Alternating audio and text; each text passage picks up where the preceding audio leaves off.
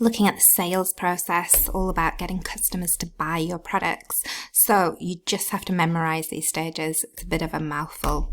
These are the stages of the sales process. Preparing through good product knowledge.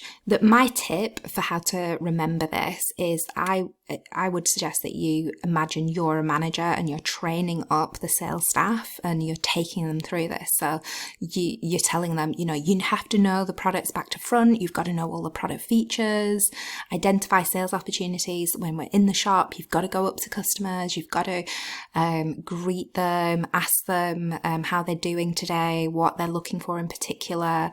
And that goes for understanding the needs and wants of customers. Ask them about, if it's like PC World or something, what are you looking for? What type of laptop? What do you tend to do on your laptop? What capabilities do you want it? Do you have anything in mind? Do you have a budget in mind? Informing them of the features and benefits of the product. Oh, this laptop's really great because it can do X, Y, and Z. Closing the sale, that might mean techniques like giving them a discount if they purchase now, and then following up, making sure everything's okay, and after sales care as well. So if the customer needs to get back in contact with the business because something isn't quite right, that they can resolve that for them. So a very common question is just to list 2 stages of the sales process. So it's one of those areas you just have to memorize.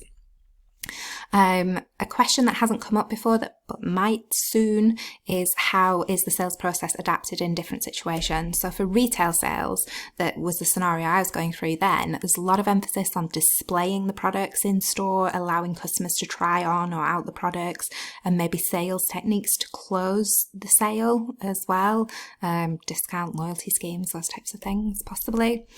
Online sales, okay, so it's not going to be a person going up to you, so you're going to need a well-designed website that tracks customers in, they can navigate. There's going to be lots and lots of product details. You can see lots of product details here. Amazon has created like a recommended for you list based on the cookies and the data of stuff that you've been searching for before.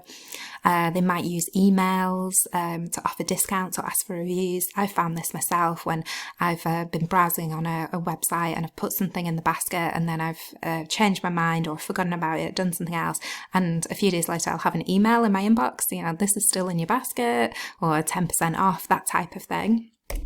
High value sales. So I think of car sales rooms, estate agents when I think of high value sales. So the sales assistants are going to spend much longer time one-to-one with each customer to understand their needs, to try and persuade them, build rapport with the customer.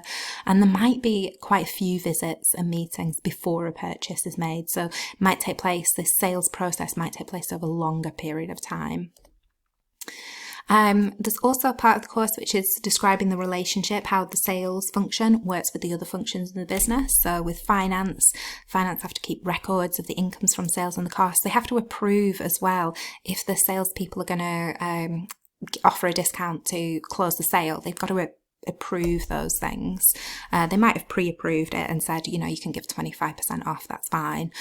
Marketing, they have to identify the needs of the customers and ensure that the staff have sufficient knowledge of the products, the goods and the services, and they have to pass that on to the sales staff so they can study that and know about the products they're selling. Production, well, if your sales staff are really, really good, they've got to manufacture that quantity of products. They've also got to make sure that the quality is up to scratch, up to the level that the sales staff have been selling them at, and they want to make sure the quality is good, so there's less need for after sales care. HR need to train their workers to be able to sell, so sales techniques are a special skill.